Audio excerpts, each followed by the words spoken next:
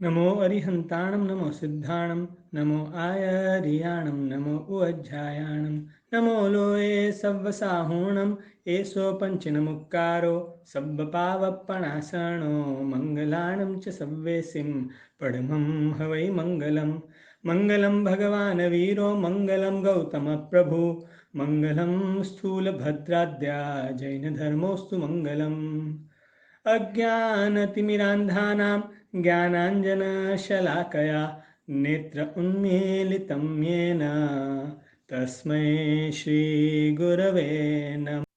प्रार्थना स्टार्ट करें। जी। हे प्रभु आनंद दाता ज्ञान हमको दीजिए, शीघ्र सारे दुर्गुणों को दूर हमसे कीजिए हमको शरण में, हम सदाचारी बने, ब्रह्मचारी धर्म रक्षक वीर व्रतधारी बने, वीर व्रतधारी बने। जी आशा बहन। प्रणाम सबको। नौकार मंत्र से शुरू करते हैं आज की क्लास। नमो अरिहंताणम नमो सिद्धाणम नमो आयर्याणम नमो वत्सायाणम नमो लोये सव्व साहुणम ऐसो पंचनमुक्कारो सव्व पावप्पणासनो मंगलाणम च सव्वेसिम पडमम हवई मंगलम। प्रणाम। सब शाता में होंगे और मेरी आवाज क्लियर आ रही है? क्योंकि आज मेरा हेडफोन मैंने नहीं लगाया है, थोड़ा डिस्टर्ब है इसलिए। अभिलाषा जी एकदम सही आवाज आ रही है। ओके। और एक्स्ट्रा कोई आवाज नहीं आ रही है ना, जैसे रूम में फैन वगैरह चल रहा है तो? नहीं नहीं नहीं, बिल्कुल नहीं। ओके। अभी कुछ 10-12 दिन के बाद हम लोग मिल रहे हैं। ये जो बीच के 9 दिन अपने थे जैन शासन के, सबसे अनमोल दिन, सबसे अमूल्य दिन, जिसकी तुलना हम किसी भी और दिनों के साथ नहीं कर सकते हैं। ऐसे अमूल्य दिन, शाश्वती ओली के दिन, नौपत जी की आराधना के दिन। और आप लोगों ने भी काफी उसके बारे में सुना ही होगा कि ये ओली जी क्या है, नौपत जी क्या है, किसने की थी ये नौपत जी की ओली और उन्होंने क्या पाया था। ये सब आप लोग आई थिंक और आई होप कि जानते ही होंगे। श्रीपाल राजा और मैना सुंदरी की बात भी आप लोगों ने सुनी ही होगी। ये आराधना शायद अब की बार आप लोगों में से किसी ने ना की हो 9 दिन में कुछ भी प्रकार से। ऐसा नहीं कि आपको कंपल्सरी आयम्बिल ही करना है। आयम्बिल हो सके तो आयम्बिल, नहीं तो कुछ भी त्याग। लेकिन श्रीपाल राजा और मैना सुंदरी की जो स्टोरी है, इसको जो रास बोलते हैं हम लोग गुजराती में, श्रीपाल मैना का रास, ऐसे वो आप लोग नेक्स्ट टाइम जरूर पढ़िएगा। अगर नेक्स्ट टाइम अगर ये लॉकडाउन वगैरह का कुछ ना हो और बढ़िया माहौल हो, तो उपाश्रय में जाके गुरु भगवान के पास, और अगर वैसी सुविधा ना हो या आपको टाइम ना हो, तो घर में आप श्रीपाल महीना का, जिसको जो लैंग्वेज में समझ में आता हो, गुजराती में भी है, हिंदी में भी है और इंग्लिश में भी है। इंग्लिश वाला थोड़ा ज्यादा बहुत बड़ा साइज का और 7 पार्ट्स में है, ऐसा मैंने सुना है। तो वो भी आप लोग ये 3-4 महीने का जो गैप मिलेगा, उसमें अरेंज कर लीजिएगा श्रीपाल महीना का रास और जरूर उसको पढ़िएगा। क्योंकि ये जो अभी समय जो चल रहा है, ये सबको हिला देने वाला समय चल रहा है। लेकिन किसका माइंड एकदम बैलेंस रहेगा, किसको नहीं इधर-उधर कहीं पे भी मन लगाने का ज़रूरत नहीं पड़ेगा। जो मैना सुंदरी के जैसा, जिसको धर्म के ऊपर में दृढ़ श्रद्धा बनेगा, वो ये समय में भी बैलेंस रख पाएँगे। चाहे कुछ भी माने कुछ भी हो जाए, तो भी अपना माइंड बैलेंस रहेगा। दुःख होगा वो अलग बात है, किसी रिश्तेदार के चले जाने से दुःख होगा वो अलग बात है।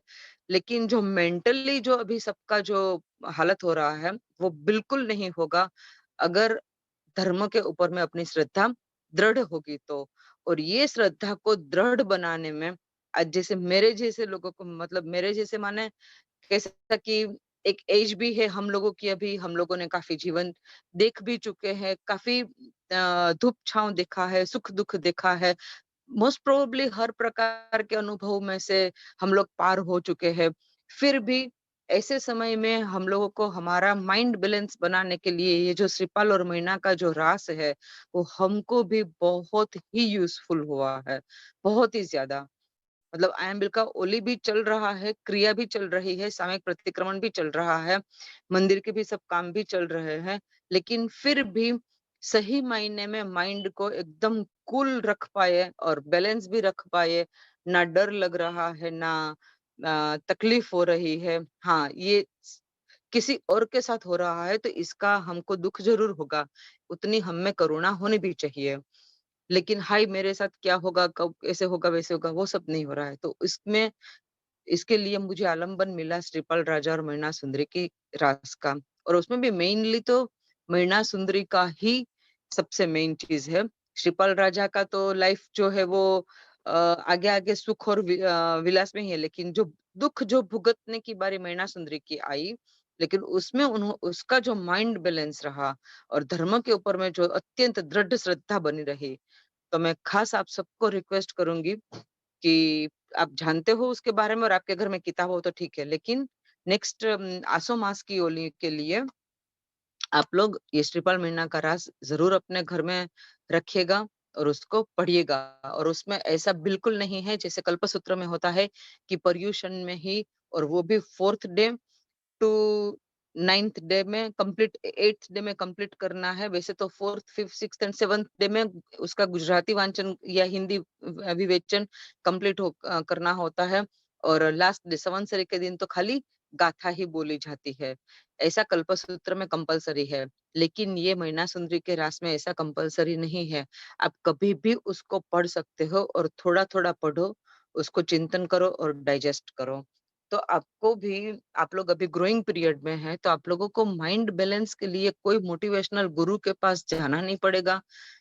पैसा देके किसी वेबसाइट में या यूट्यूब में कहीं पे भी आपको कुछ नहीं करना पड़ेगा। इतना सुंदर से इसमें ये जीवन जो हकीकत में जिसका हो चुका है, वो बताया गया है इसमें। तो फिर से एक बार मैं बोलूंगी कि आप लोग सब वो रास पढ़िएगा। ओके, अपने कर रहे हैं हमारे जो सूत्र है, जो परमात्मा की वाणी और जो गणधर भगवंतों ने परमात्मा से ही त्रिपदी को पाके, भाषक को पाके, परमात्मा के आशीर्वाद को पाके, अपने ज्ञानावरणीय कर्म के क्षयोपशम से जो द्वादशांगी की रचना की, 45 आगम की जो रचना की, उसी का ही किसी आगम में से कुछ और किसी आगम में से कुछ ऐसे करके हमारे पास जो हमको 2 प्रतिक्रमण के सूत्रों के रूप में, चैत्यवंदन के सूत्रों के रूप में, 5 प्रतिक्रमण के सूत्रों के रूप में गणधर भगवंतों ने जो हमको दिया है, वो हमारी अभी की बोलचाल की भाषा नहीं होने की वजह से हमको उसका ट्रांसलेशन सीखना जरूरी होता है। और इसलिए हम लोग कर रहे हैं हमारे सूत्रों के अर्थ और उसके गाथार्थ और विशेषार्थ सब। तो इसमें हमारे मेनली नवकार मंत्र, जिसमें पंच परमेष्टि, जिसमें नवपद का भी समावेश हो जाता है। पंच परमेष्टि के पूरे अर्थ का हम लोग ने अच्छे से किया। और उसके बाद पंचेंद्रिय सूत्र, उसमें हमारे गुरु भगवंत में कौन से गुण होने चाहिए वो हमने देखा, और वो ही गुण को हम हमारी लाइफ में कैसे अप्लाई कर पाएंगे, कैसे उसको डेवलप कर पाएंगे, वो भी हम लोगों ने देखा। अब हम आगे तीसरे सूत्र में आते हैं। लास्ट हमारा सुधर्मा स्वामी की पट परंपरा के बारे में भी बात हुआ था। एक मिसअंडरस्टैंडिंग मेरे खुद का था कि हम अब तक ये समझते थे, जो मैंने आप लोगों को भी बताया था, वो मैं यहाँ पे मेरी एक गलती सुधारना चाहती हूँ कि मैंने ये बताया था, जब हम नौकार मंत्र पंचेंद्रिय बोल के पंचांग की या किसी किताब में रख के अपने जो स्थापना करते हैं, सुधर्मा स्वामी की स्थापना करते हैं, ऐसा मैंने आपको बताया था। तो मैं जब हम सामयिक प्रतिक्रमण वगैरह सब कर रहे थे, तो मेरे मन में क्वेश्चंस आए, जब वांदना लेते हैं, अबूठियो खामते हैं तब, कि ये समय में हमको क्या सुधर्मा स्वामी को इमेज करना है? जब हम सुधर्मा स्वामी की स्थापना करते हैं किताब रख के या पंचांग रख के, और फिर हम जब प्रतिक्रमण की विधि करते हैं तो वांदना लेते हैं, अपने अभूटियो खामते हैं, तो उस वक्त भी क्या हमको सुधर्मा स्वामी की ही इमेज करनी है? तो मैं अगर सुधर्मा स्वामी को हमको इमेज करना है, तो हम सुधर्मा स्वामी की कौन सी अवस्था को इमेज करें? केवल ज्ञान से पहले की, मतलब दीक्षा लेने के बाद से लेके केवल ज्ञान पाए वो तब तक की, या फिर केवल ज्ञान के बाद की, या फिर वो मोक्ष में चले गए तब की? तो मेरा कन्फ्यूजन था, इसलिए मैंने सर को पूछा। तो सर ने हमको बताया कि ऐसा नहीं है कि हम सिर्फ सुधर्मा स्वामी जी की ही स्थापना करते हैं। सुधर्मा स्वामी जी तो है ही, लेकिन ये एक बाल जीवों के लिए बोलते हैं, जैसे कि इसमें अपने को सुधर्मा का स्वामी की स्थापना करती हैं। लेकिन अभी के हमारे जो आचार्य भगवंत है, उसमें जहाँ जिस किसी में भी आपको ये 36 गुण दिखाई दे, जिस आचार्य भगवंत में आपको, अब आपने सीख लिया है कि 36 गुण कौन से होते हैं, तो एक ऑब्जर्वेशन होता है, वो 36 गुण उसमें दिखे, तो उनका भी हम स्थापना करके, मतलब अपनी इमेज से नवकार पंचेंद्रिय बोलते हैं, तब हम उनकी स्थापना करके उनके सामने में फिर उनकी निष्ठा को आदर मान देके, सम्मान देके हम अपनी प्रतिक्रमण की क्रिया कर सकते हैं। तो ये जो एक मेरा मिसअंडरस्टैंडिंग था, क्योंकि हम लोगों को भी बचपन से यही सिखाया गया था कि सुधर्मा स्वामी की स्थापना करनी है, लेकिन ऐसा नहीं है। 36 गुण वाले आचार्य भगवंत जो भी है, उनका नाम लेके भी हम उनकी स्थापना कर सकते हैं। मेरे से वो जो बात आप लोगों को गलत बताई गई अज्ञानता में और अनजानपने में, उसके लिए मैं त्रिविधे त्रिविधे मिच्छामि दुक्कडम देती हूँ। अब हम आगे बढ़ते हैं। नेक्स्ट सूत्र है, जिसको आता हो वो अपना शुद्धिकरण में ध्यान दे, और जिसको नहीं आता है वो ये पाठ आज ले ले। इच्छामि खमा समणो वंदे झामणिज्जाए निसीहि आए मत्थ एण वंदामि। फिर से एक बार, इच्छामि खमा समणो वंदे झामणिज्जाए निसीहि आए मत्थ एण वंदामि। इसके अर्थ लेते हैं। इच्छा में माने मैं इच्छा करती हूँ। क्षमा समणो, ये संबोधन है, हम किसी को बोलते हैं कि मैं इच्छा करती हूँ, तो किसको बोलते हैं? क्षमा समणो माने हे क्षमा श्रमण, बस इतना इसका अर्थ आएगा, हे क्षमा श्रमण। अब जब हम गुरु भगवान को वंदन करते हैं, तो हे क्षमा श्रमण गुरु जी, मैं इच्छा करती हूँ, ऐसे अर्थ होगा।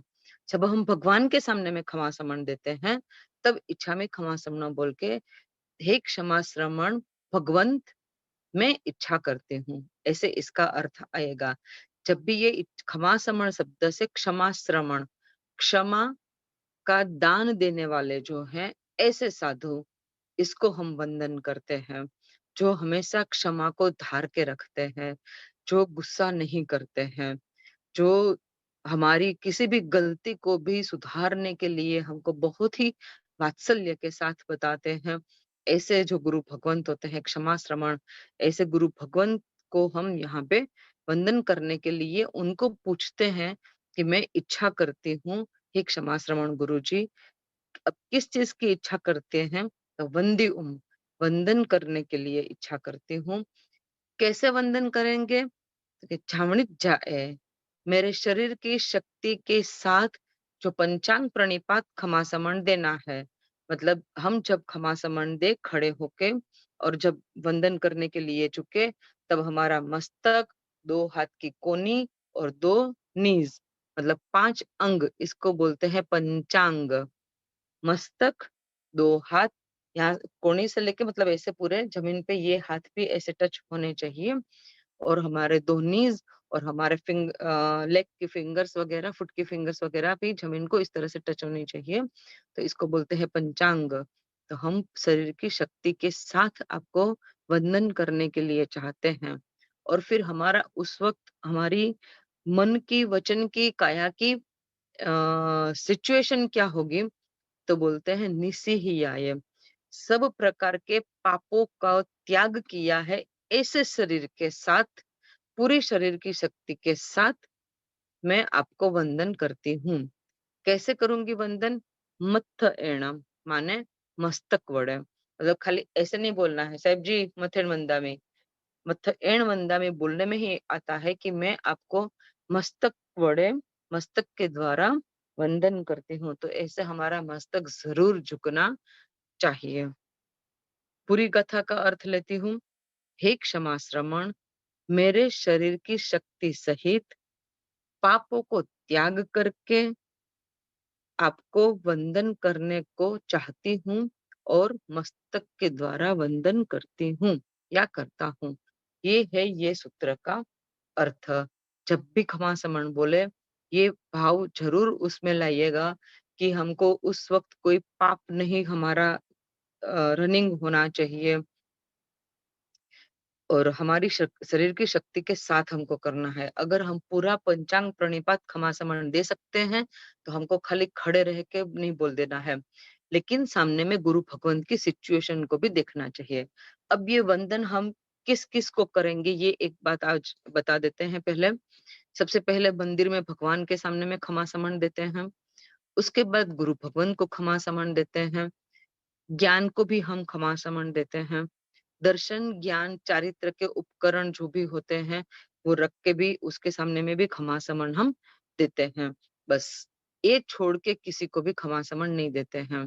कभी भी किसी भी देवी, चाहे हम लोग के ही हो, जैन धर्म के माणिभद्र वीर हो, भूमिया जी हो, पद्मावती माता जी हो, नाकोड़ा भैरव जी हो, चकेश्वरी माता हो, कोई भी माता हो या कोई भी देव या देवी कोई भी हो, किसी को भी क्षमा समन नहीं देना है।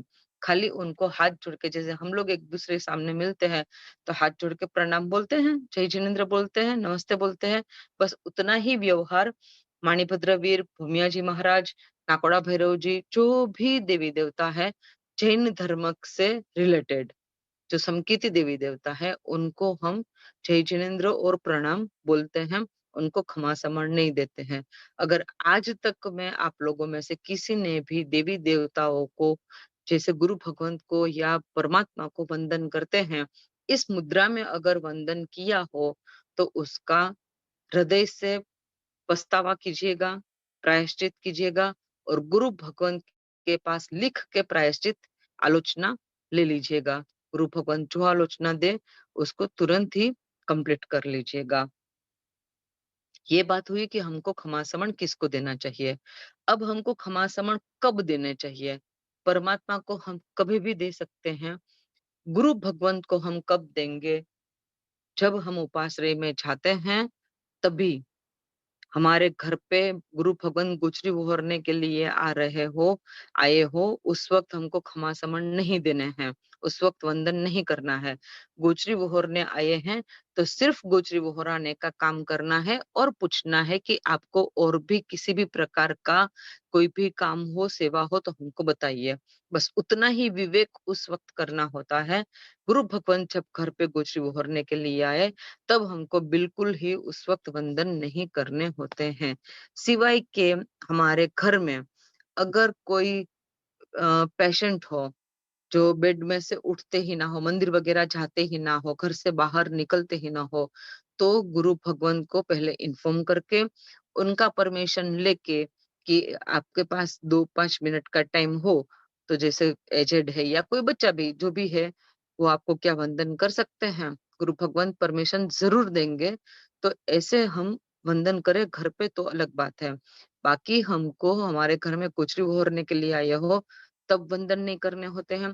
जब गुरु भगवंत मंदिर में हो तब भी गुरु भगवंत को वंदन नहीं करना होता है, क्योंकि वहां पे नहीं तो परमात्मा का अभिनय हो जाएगा। और अब आते हैं उपाश्रय में। अब उपाश्रय में भी हम गए और उस वक्त गुरु भगवंत कुछ भी कर रहे हो लेकिन हमने हमारा वंदन शुरू कर दिया, ऐसे भी नहीं करना चाहिए। पहले गुरु भगवंत को तुरंत एक बार पहले मत्थन वंदा में सुक्षता साहेब जी बोल के पूछना चाहिए कि साहेब जी वंदन करें। अगर साहेब जी काजा ले रहे हैं या पात्रे का पड़ी लेहन कर रहे हैं या पानी का कुछ काम कर रहे हैं या काप निकाल रहे हैं, लोच कर रहे हो, तो ऐसे समय में पहले परमिशन लेनी चाहिए कि क्या हम आपको वंदन करें? गुरु भगवंत वंदन करूं?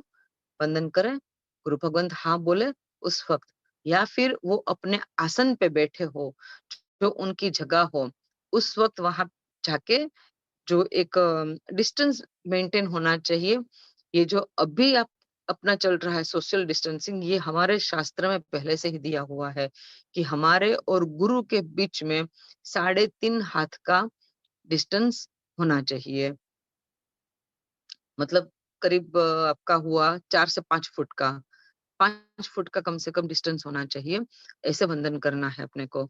तो गुरु भगवान की आज्ञा लेके, उनकी सुखाकारी हो, ऐसे समय में ही हमको उनकी आज्ञा लेके वंदन करने हैं। गुरु भगवान रास्ते में मिले तो खड़े रख के भी वंदन नहीं करना है। हम गुरु भगवान तो अगर आयम्बिल खाता में आए हैं और आप भी आयम्बिल खाता में हो और आपको पानी वोहराना है या आयम्बिल की गोचरी वोहराना है या आपको आयम्बिल का पचखान लेना है, तो ऐसे समय में भी गुरु भगवान को वंदन करना नहीं होता है, क्योंकि वो अपने काम के लिए आए हैं। उनको वो अपने गुरु भगवान को बोल के आते हैं कि अपने गुरु भगवान की आज्ञा लेके आते हैं कि हम पानी लेके आए, गुचरी लेके आए, और उस वक्त अगर हम उनको रोक देंगे कि हमको वंदन करना है, हमको पचखान दीजिए, तो ये हमको शोभा नहीं देता है, ये गुरु भगवान का अविनय होता है। तो इतनी बातें जरूर जरूर ध्यान में रखिएगा। औचित्य का पालन हमारा हर जगह होना चाहिए।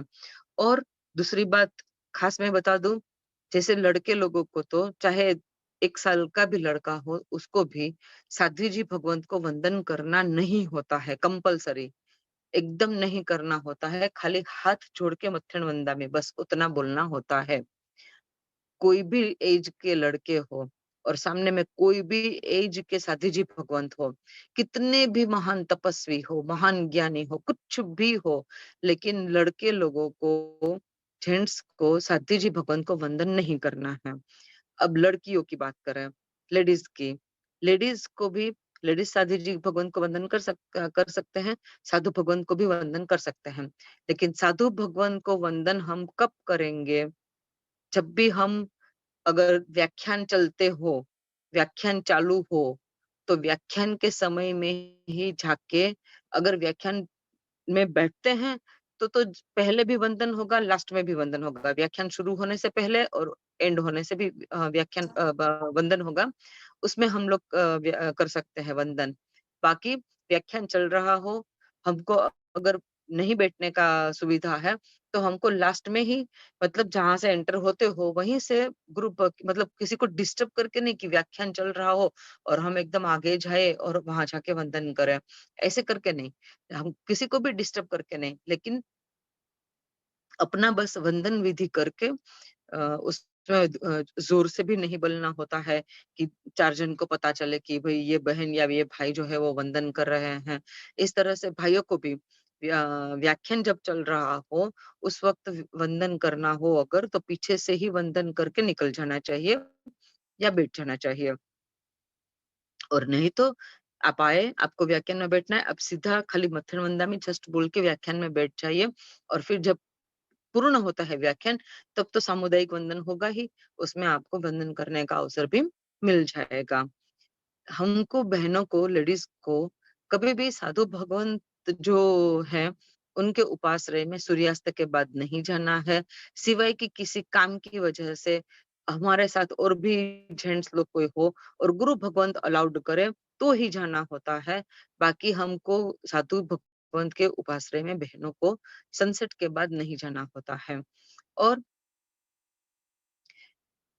सुबह चले गए, चलो मंदिर में, और गुरु भगवान को वंदन करने के लिए भी गए उपाश्रय में, दर्शन भी किया भगवान का, और गुरु भगवान को भी वंदन करने गए, तो परमिशन लेके गुरु भगवंत वंदन करे, गुरु भगवंत हाँ बोले तो ही वंदन करना होता है।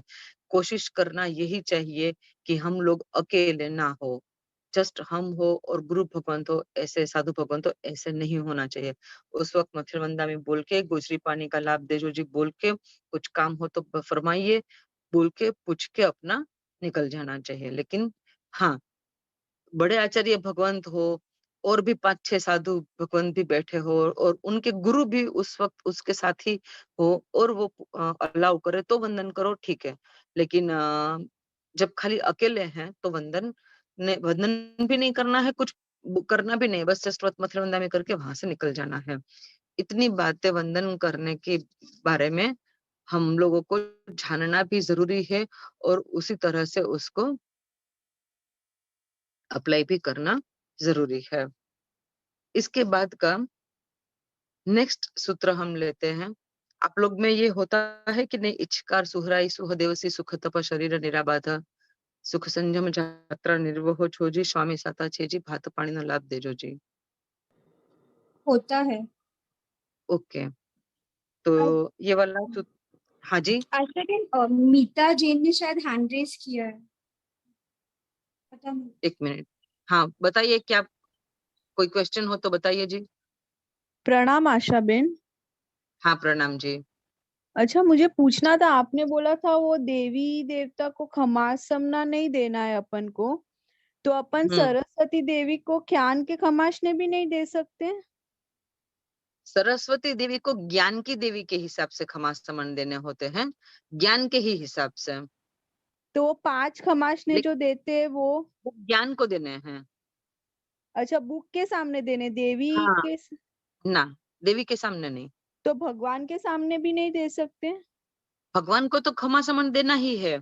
हमारी हाँ हर हाँ, अभी अभी अभी बच्चे लोग अभी पूजा करने जाते हैं और वो मंदिर में ही 5 खमासने भगवान के सामने दे देते, तो वो नहीं चलता?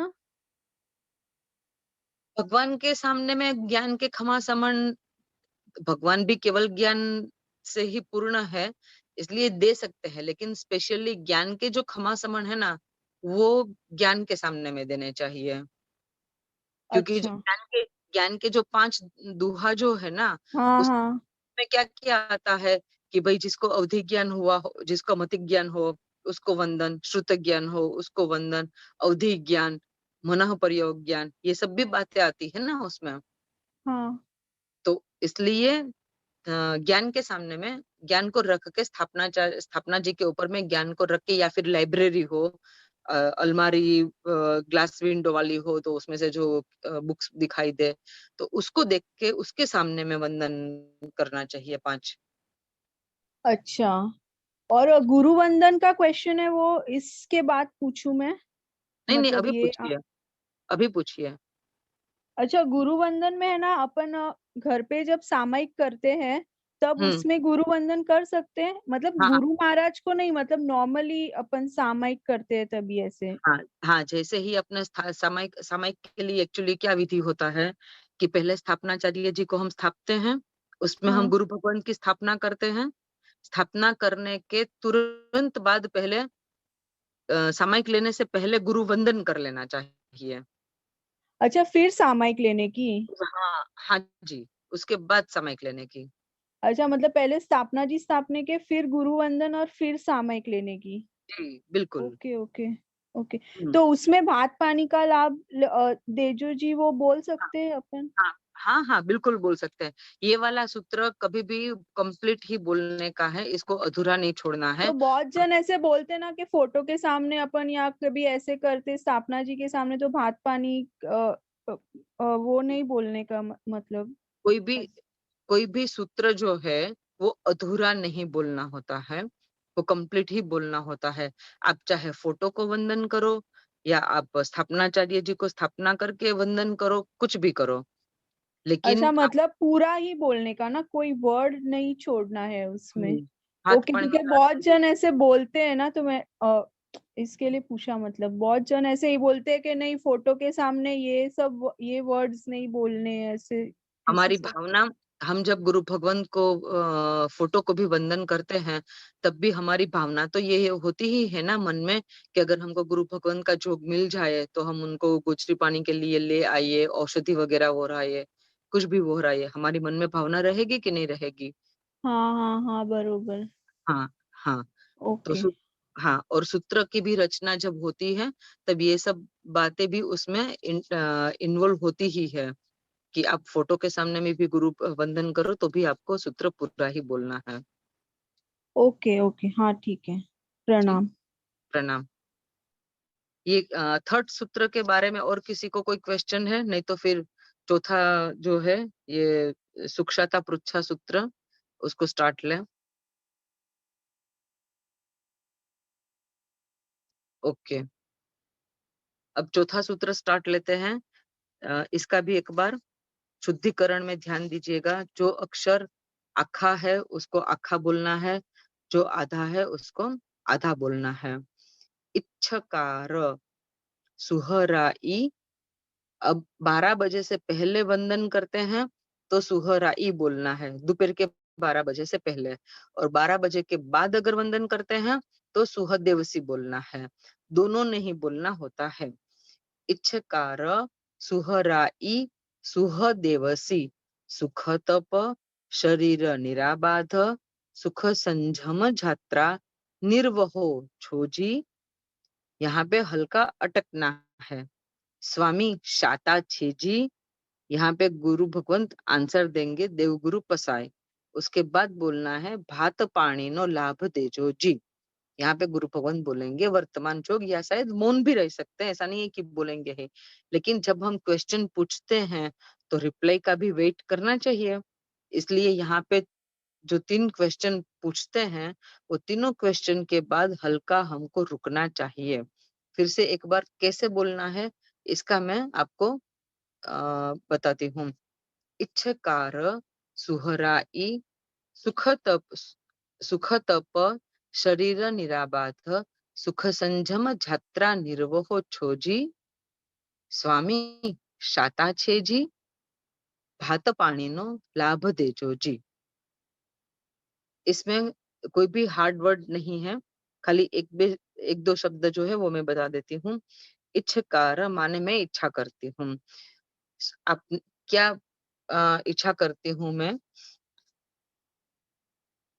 कि आपकी रात्रि, आपके यह दिन सुख में हो, आपका तप भी सुख से चल रहा हो, आपका शरीर निराबाद, आपका शरीर में कोई रोग न हुआ हो, कोई रोग ना हो, आपकी जो संयम यात्रा है वो भी आपकी इजी गोइंग वे में हो, आराम से चल रही हो, तो उसमें आप निर्वहो छोजिए, आप उसमें हो, तो मतलब आपका दिन अच्छा गया, आपकी रात्रि अच्छी गई, आपका तप अच्छे से हो रहा है, आपका शरीर भी बिना रोग का है, और आप अपनी संयम की यात्रा में सुखपूर्वक प्रवर्तो खोजी। ऐसी मैं आशा करती हूँ, इच्छा करती हूँ।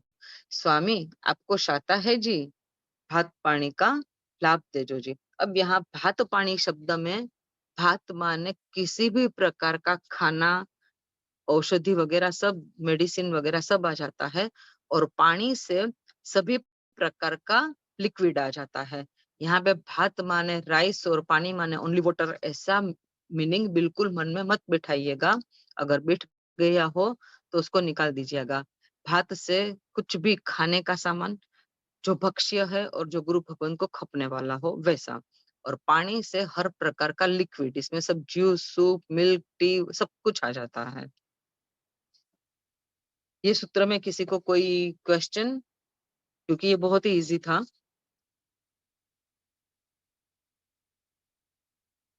ओके, 5th सूत्र लेते हैं। इसका भी उच्चारण एक बार अच्छे से देख लेते हैं। ये सूत्र है इर्यावह्यम सूत्र, 5th सूत्र। इच्छा कारेण संधि सह भगवन इर्यावह्यम पडिक्कमामि इच्छम इच्छामि पडिक्कमि ये इस लहके से बोलना चाहिए। एक क्वेश्चन पूछते हैं, आज्ञा मांगते हैं कि क्या मैं ये करूं, जैसे हमारा क्वेश्चन मार्क आता है कि मैं ये करूं, तो जो जो एक टोन निकलता है अपना, वैसा टोन ये सूत्र बोलने में निकलना चाहिए। इच्छा कारेण संधि सह भगवन, फिर रुकना भी है। इच्छा कारेण संधि सह भगवन इर्यावह्यम पडिक्कमामि। उसके बाद अगर गुरु भगवंत होते हैं तो आदेश देते हैं पडिक्कमेह, और नहीं होते हैं गुरु भगवंत तो हमको स्थापनाचार्य जी को गुरु भगवंत मान के एक मौन पढ़ने में इजाजत अपने को मिल गई, परमिशन मिल गई, ये सोच के फिर इच्छम बोलना है, और फिर इच्छामि पडिक्कमियम ऐसे बोलना है। फिर से एक बार ये टोन बताती हूँ। इच्छा कारेण संधि सह भगवन, जस्ट अ मिनट। इच्छा कारेण संधि सह भगवन इर्यावह्यम पडिक्कमामि इच्छम, इच्छामि पडिक्कमे अबुठ्यो सूत्र वैसे क्रम में नहीं है, लेकिन गुरु वंदन के सूत्र संग संग जो आ रहे हैं, पहले इच्छा कारण संधि सह इच्छा में खमासमण वंद्यम चावणिज्जा एनिसी ही है मत्थ एण वंदामी, उसके बाद इच्छकार सुहरया। इसीलिए पाठशाला में सिखाने के सिस्टम में अबुठियों को यहाँ पे पहले ले लेते हैं, ताकि एक गुरु वंदन के सूत्र कंप्लीट हो जाते हैं।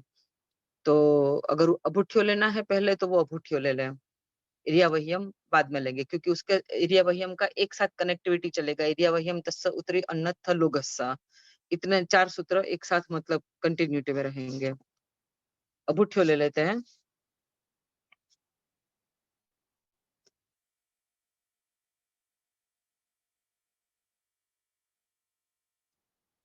अबुठियो का भी पाठ का अपने को पहले शुद्धिकरण कर लें।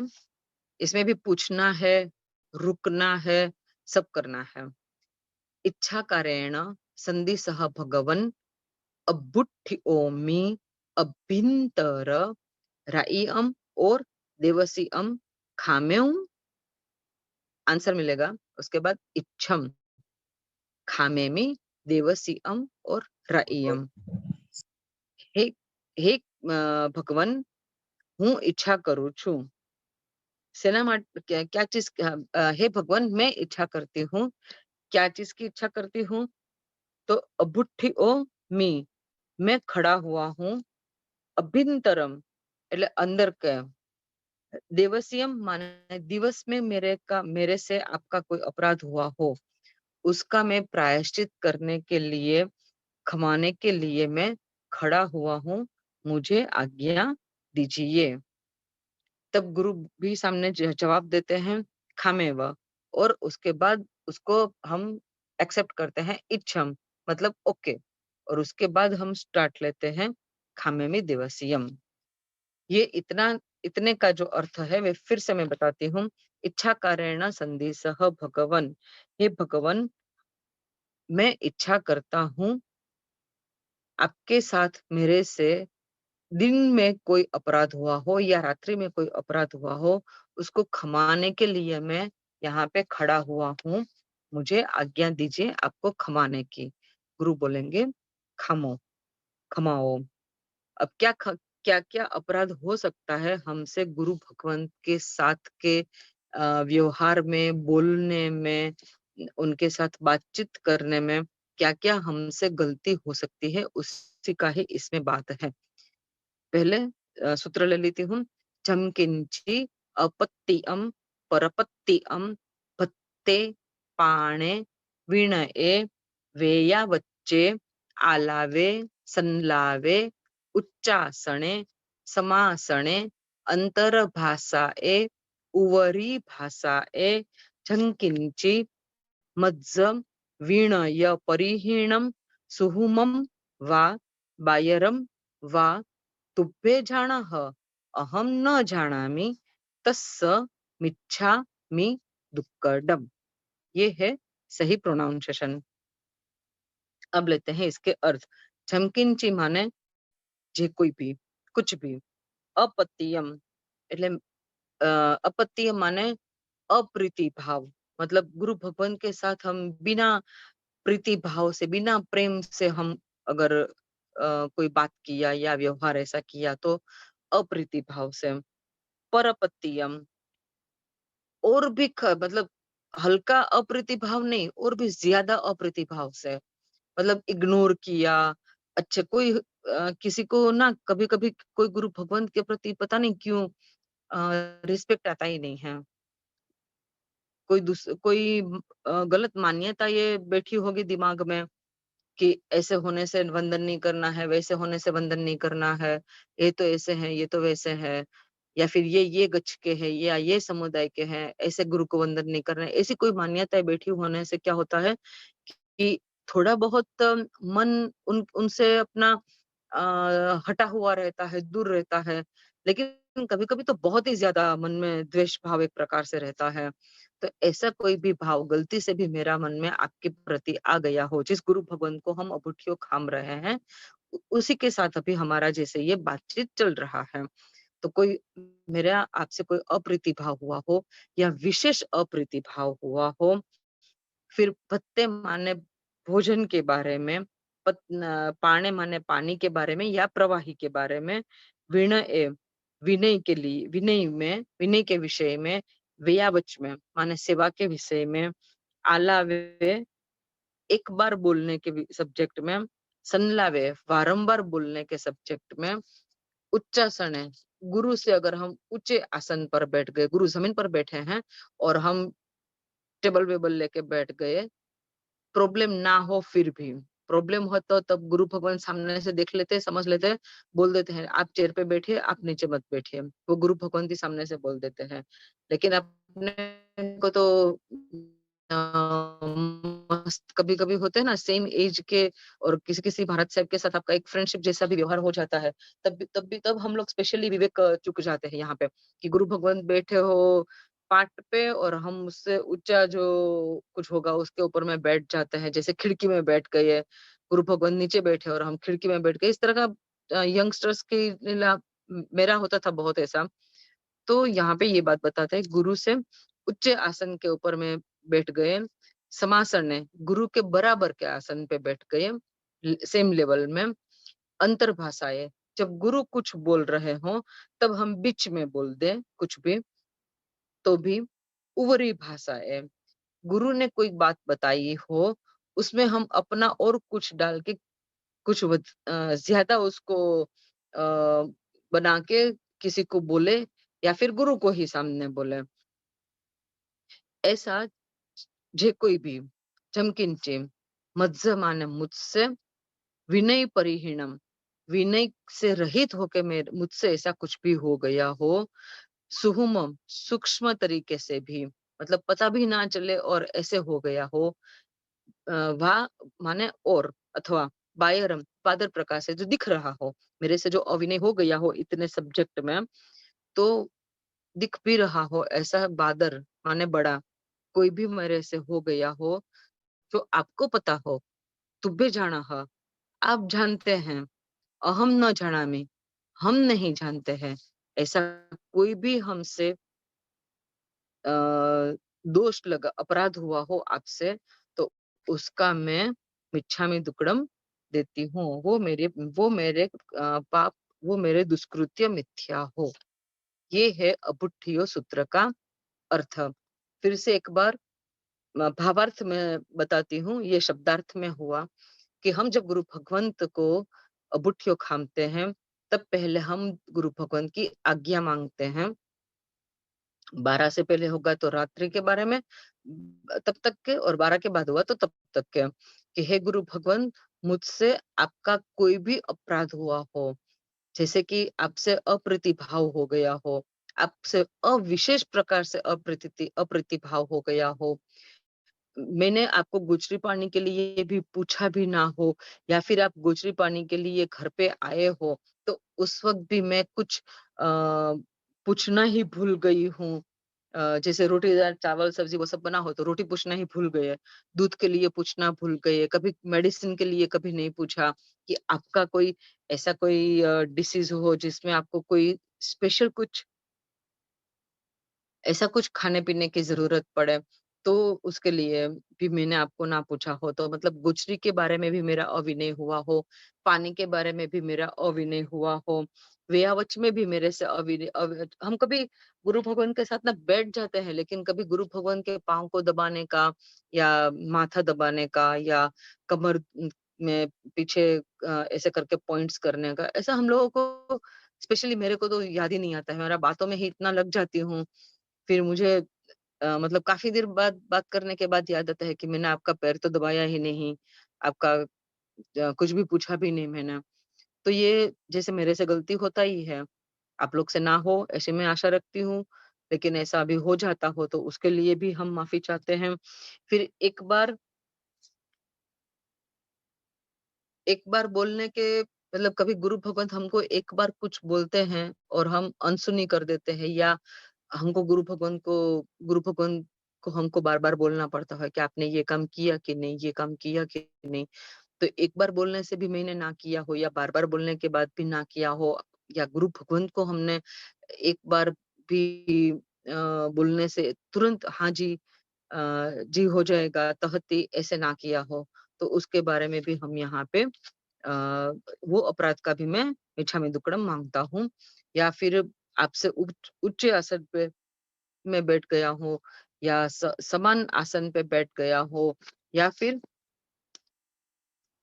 आप बोल रहे हो उस वक्त बीच में मेरे से कुछ बोला गया हो, आपको रोक के बोला गया हो, या आपकी बात को मैंने विशेष रूप से और मेरी बात उसमें ऐड करके आपको बोली हो, या फिर किसी और को भी बोली हो कि गुरु भगवंत ना ये बोल रहे थे ना, उसमें ये भी था, वो भी था, ऐसे बोल के हमारा अपना ज्ञान भी हम उसमें डाले, ऐसा भी अगर हमने किया हो, ऐसी कुछ भी हमसे अपराध हुआ हो, जो आपको पता हो, चाहे छोटा अपराध हुआ हो या बड़ा अपराध हुआ हो, तो वो मेरा दुष्कृत्य माने पाप मेरा मिथ्या हो।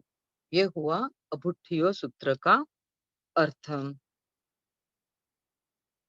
इसमें किसी को कोई क्वेश्चन हो तो आप पूछ लीजिए, नहीं तो आज 3 सूत्र एक साथ किए हैं तो इतना ही रखते हैं, फिर इरिया वहियम हम नेक्स्ट क्लास में लेंगे, क्योंकि अभी वैसे भी 10 बजने को आया है।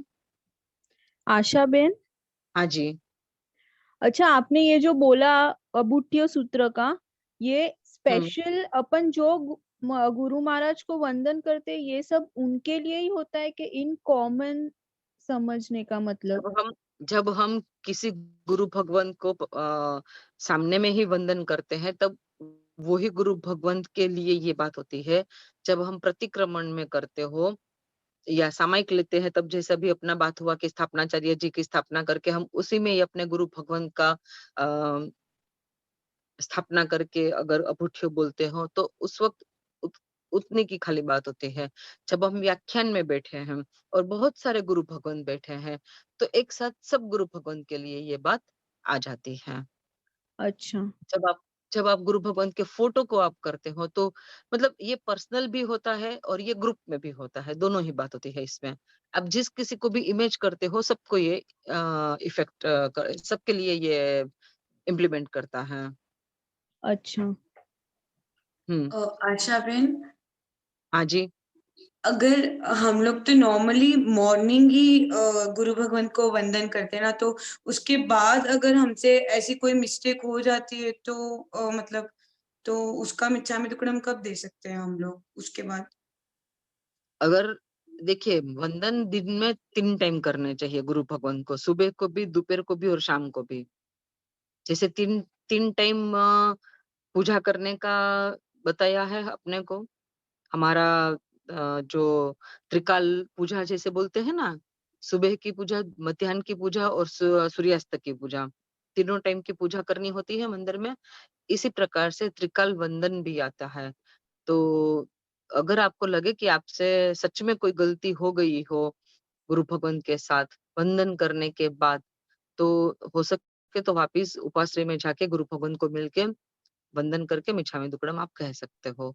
नहीं हुआ तो मन में ये भाव पूरा होना चाहिए, और दूसरे दिन जब आप जाओ, तब वंदन तो किया, लेकिन जिस बात जिस बात में अपना गलती हुआ है, वो बात को स्पेशली गुरु भगवंत के साथ बात करके बोल के कि गुरु भगवंत, कल आपके साथ मेरे से ये गलती हो गया, उसका मैं मिच्छामी दुक्कड़म मांगती हूँ।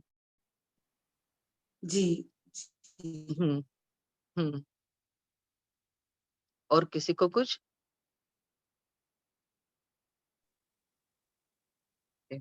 चिन्नग्ना विरुद्ध कुछ भी कहा गया हो तो त्रिविध त्रिविध मिच्छामि दुक्कडम। सर्वथा सहु सुखी थाओ, पाप ना कोई आचरो, राग द्वेष ति मुक्त थईने, मोक्ष सुख सहु जगवरो। सर्व मंगल मांगल्यम सर्व कल्याण कारणम, प्रधानम सर्वधर्माणाम, जैनम जयति शासनम।